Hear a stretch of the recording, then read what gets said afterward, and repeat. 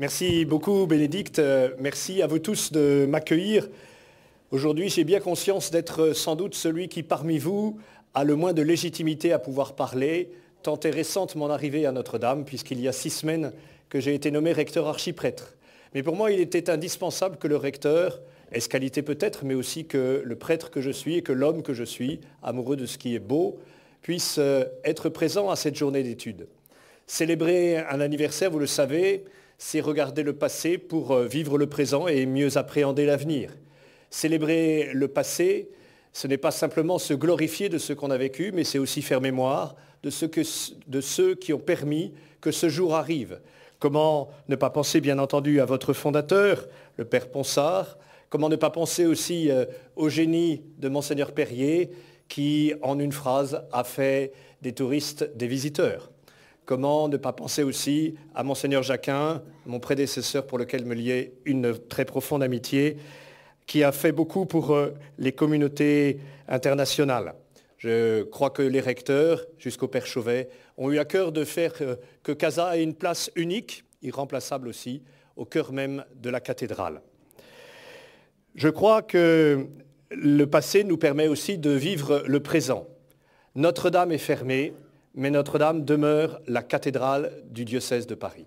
Notre-Dame est fermée, mais Notre-Dame conserve le génie unique de cet édifice qui allie la dimension patrimoniale que personne ne veut nier à la dimension cultuelle que personne non plus ne veut nier.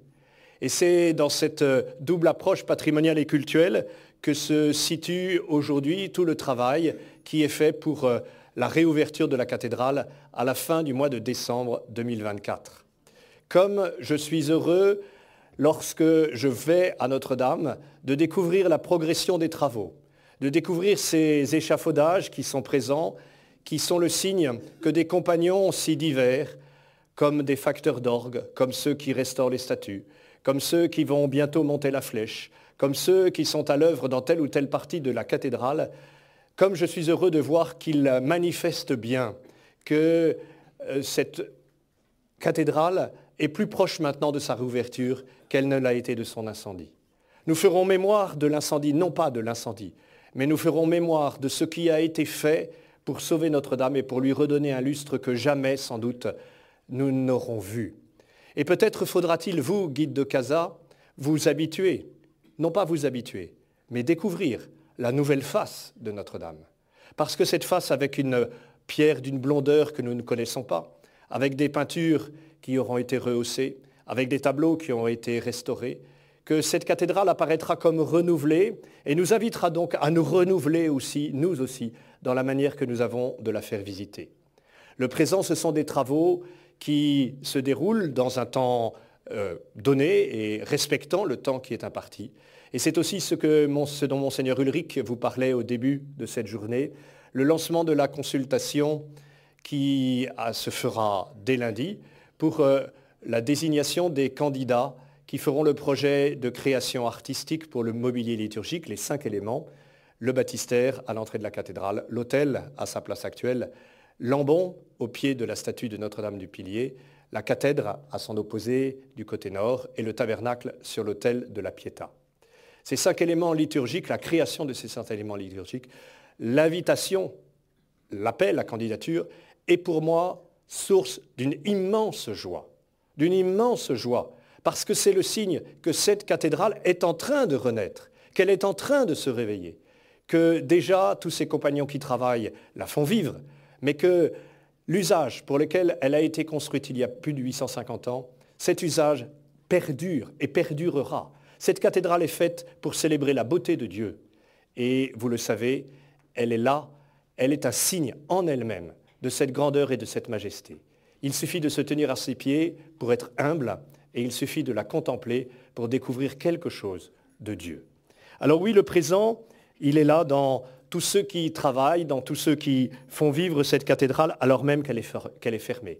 Elle est là aussi, le présent est là aussi parce que dès la fin du mois de novembre, le diocèse aura installé des gradins sur le parvis pour permettre à 400 personnes d'être là, présents, et de pouvoir, grâce au génie de Casa et grâce à d'autres, pouvoir voir cette façade qui est un peu cachée par les palissades, mais qui est en même temps une occasion de découvrir quelque chose par ces tours, par ce que l'on peut voir. Et je vous remercie tous de permettre que ces gradins soient une occasion pour les visiteurs, pour les touristes, mais pour aussi les pèlerins qui seront là, de découvrir quelque chose de cette architecture. Ces gradins, nous les avons voulus parce que nous voulons que ce parvis vive, parce que nous voulons que la cathédrale vive, parce que nous voulons que ceux qui viennent du monde entier pour voir la cathédrale en découvrent un petit peu quelque chose, même lorsqu'elle est fermée.